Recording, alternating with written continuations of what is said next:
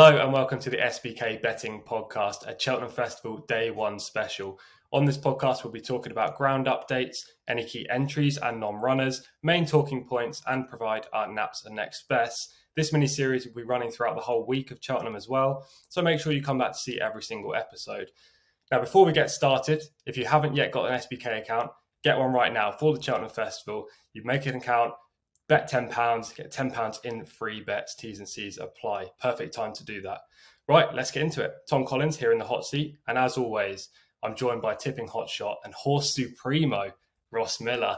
Ross, Monday, 2 p.m. right now at the time of filming. Cheltenham Festival starts tomorrow. On a scale of 1 to 10, how excited are you? Kicking on to an 8 now.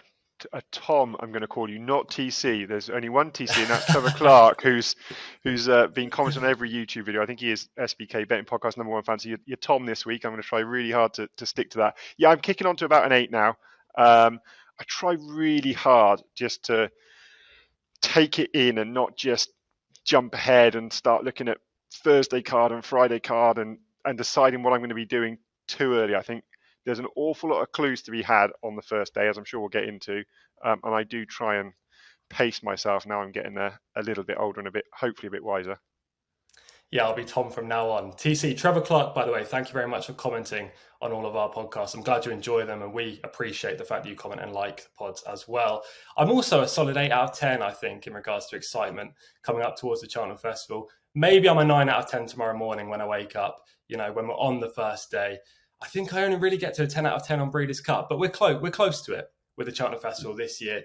I'm sure you're all super excited at home. Hopefully you've all got your bets lined up, but if not, worry not, because we're going to be providing our best bets throughout this podcast. Now, let's start with the ground. We're used to seeing good to soft ground on day 1 of the Cheltenham Festival, so much so that it's almost become a given in recent years. People haven't really been asking what the ground's going to be because we just anticipate good to soft every single time. However, that's not the case this time around. The weather has been horrific for the last 2 weeks. Soft ground looks the way of the land, and maybe backing horses with deep ground form is the way to go. Would you agree with that one, Ross?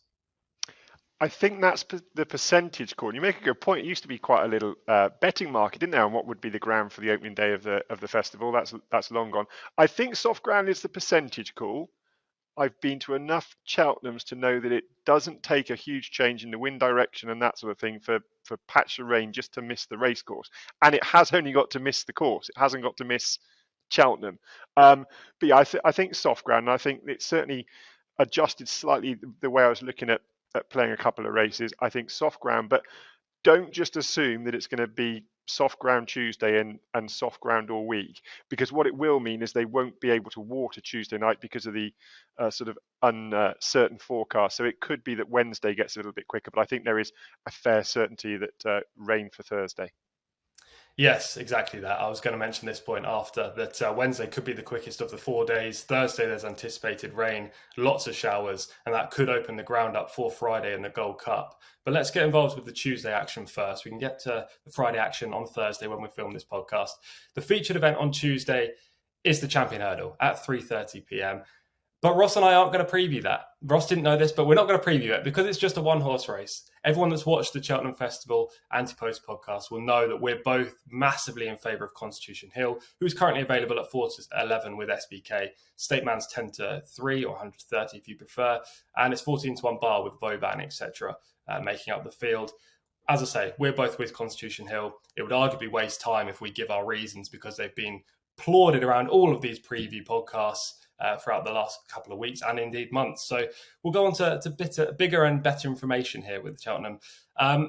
But first, I want to pose you a question, Ross. If you had to guess the winning margin for Constitution Hill, what would you say? Are we talking furlongs or lengths, TC? I mean, State Man's a good horse, so let's not dull down on him too much, but it would be no surprise to me if he won by 10 lengths or more. Yeah, that's interesting because no horse has ever got within 12 lengths of Constitution Hill. And I know the occasional punter right now is putting up State Man to beat him. I mean, I can't see it. I would go for 5 lengths. I fully respect State Man. I think he's a very good horse. Maybe he pushes Constitution Hill closer than he's ever been pushed before. But to get within 5 lengths, it would take a monster achievement and performance. There's also some fantastic races on the undercard, including the Grade 1 Mares Hurdle. I think that's arguably the best betting heat on day one, albeit we have the handicap chase as well, the Ultima early on the card, and the Boodles, where you've got a bigger price favourite. But the Mares Hurdle include Marie's Rock. We've also got the Supreme with Facile Vega in the lineup, as well as Marine Nacional. And we've got the Arkle, a matchup between John Bon and El Fabiolo. Were there any key points you want to make in regards to entries? I know Marie's Rock, some people wanted her in the stayers, much like yourself, or even just matchups that you're looking forward to on day one of the Cheltenham Festival. I mean, I was really keen on Epatante for the Mares Hurdle. I'm not as worried as some about the ground. I think she's proven before that she can handle soft ground, albeit she might be better on better ground. I think if it is proper soft ground, you have to bring Love Envoy into discussion a bit more. But I think Marie's Rock probably has slightly torpedoed my anti-post position on Epatante for that race, which is a shame, but it does make it just a better race. In terms of matchups, I was watching again actually with my son this morning. He's off school with a bit of a sore throat. I'm not sure if he's getting plenty of practice in for missing Cheltenham in later years, but Fever. Cheltenham Fever, that's what he's off with. We were watching a few races this morning and watching John Bon and Al Fabiolo and the form lines that tie into them. And it's not a race I'm going to bet, and I've got an anti-post position on Dice Art Dynamo, which I've not fully given up on, as I've discussed before. And I think there is a danger that as a pundit, as a tipster, you are made to feel obliged to have an opinion on everything. You've got to be in one camp or the other. I think it's going to be a brilliant race. I think John Bon is the better jumper. You have to respect what Al Fabiolo did last time. My instinct tells me that the best jumper wins the Arkle, and I think that's John Bon. I mean, if you watch Al Fabiolo in the Irish Arkle, he was less than fluent at a good couple down the back straight, and around Cheltenham, that sort of mistake could be exaggerated. But it's not a race I'm going to go jumping into. I'm just going to enjoy watching it. My instinct says John Bon, but I wouldn't be at all surprised to see Al Fabiolo get revenge from Aintree last year. So those are the matchups. And then just something else I thought was perhaps a bit interesting is we've spoken a fair bit this winter about the form or lack thereof for Henry de Bromhead. And this weekend it appears to have turned. His last 16 runners, only 6 have failed to hit the placings. One of those was brought down, and one of those was a faller. And the horse that was brought down was actually not out of it at the time. And 3 from 6 winners this weekend suggests that he might just be coming into form at just the right time of the season. So I thought that was worth mentioning. Conversely, Venetia Williams is now 16 days without a winner, 21 runners. She's got a couple of horses that are quite well fancied at Taunton today. You'd like to see her get on the board if you've got something in her camp that you're looking forward to backing this week. Yeah, a couple of interesting stats there. Positives for Honeysuckle backers in the Mares Hurdle. Negatives, perhaps, much like myself, for Fanion Destraval in the Ultima, a huge price. I think he can outrun his odds at around 40-1 right now with SBK. But that's just hearsay. We're here for the naps and next best. That's what people have tuned in for. Look, if you want to know all of our tips for all the races on Tuesday and throughout the whole Cheltenham Festival, go visit our YouTube or Spotify. I presume you're watching this on one of them anyway. And you can see our Cheltenham full preview, 2 hours long, provides a tip for the majority of the races. If you don't want to watch that, maybe you want to save some time, you can check out both of our Twitter handles, where we'll put up all our thoughts and some tips as well, or go to betting.getsbk.com, where you can read my daily race-by-race tipping piece. Ross, nap and next best, please provide it. So the nap, get ready for the Tom Collins scowl. The nap is Gaillard de Maynil. I think Tuesday's a day that's full of sort of tricky contests. It's not going to be a day where I go in a big way. I'm probably not going to back Gaillard de Maynil at this price. I've backed him anti-post, but I think he is the most likely certain winner of the day. And then my next best, given that I'm concerned about Marie's Rock for Epatante, fast or slow in the Ultima. I've backed 2 in that. I've backed Monbeg Genius and fast or slow. I just think fast or slow sneaks in with a nice profile here, and it was made aware to me yesterday actually on a piece of content I did that he only gets into this race because he ran in a 3-year-old chaser or toy.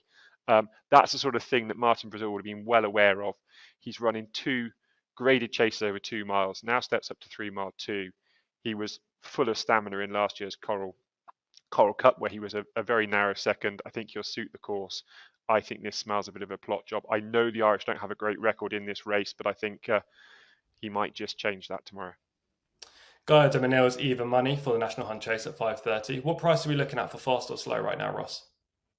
I've seen these around about 10, 12 to 1, something like that when I last looked, but that was this morning. And with declarations for Wednesday happening and things, the markets tend to pick up. So don't quote me on that verbatim. Yeah, still a double figure price right now. I was sure he was at least 10 to 1 in the Ultima. So yeah, a couple nice selections. I mean, I'm not with you with Gaia de Manil. That race ties in with my next best, which I'll get to shortly. But we'll start with my nap, which is John Bon in the Arkle at 2:10. In fact, I think he's the nap of my festival, which is quite scary because it's race 2 on day 1. So we're going in early and hard, but hopefully John Bon gets the job done.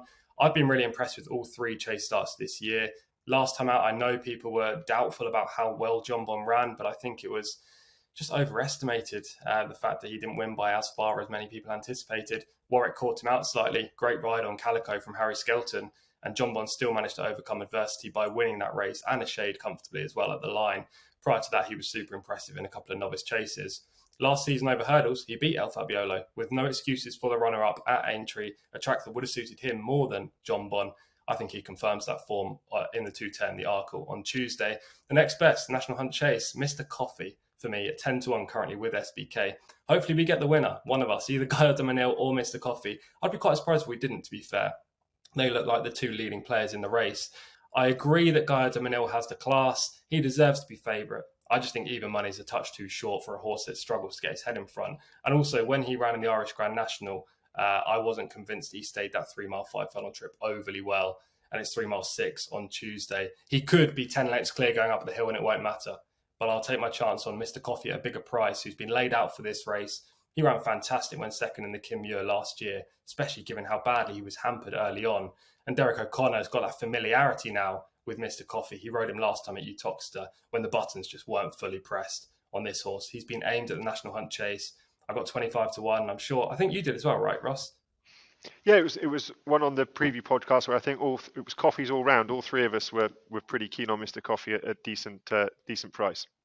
Yeah, decent price. Obviously, it's not 25s now, he's 10s, but I still think that's good value. In my opinion, he should be around 6, 7 to 1, second favourite. And, even if he goes off of that price, I wouldn't be surprised. Fingers crossed we both get off to a great start, Ross. I hope you guys at home also get off to a fantastic start at Cheltenham Festival. And if you don't, 3 days left, so don't worry. You can easily pick it up in the remaining days. If you've enjoyed this podcast, please whack a like on it, subscribe if you haven't already to SBK's YouTube channel or Spotify. We'll be back, as I say, every day this week with a 10-minute podcast recapping the previous day's action, previewing the next day's action with naps and next best and main talking points. Until we see you next time, which I hope will be tomorrow, be lucky.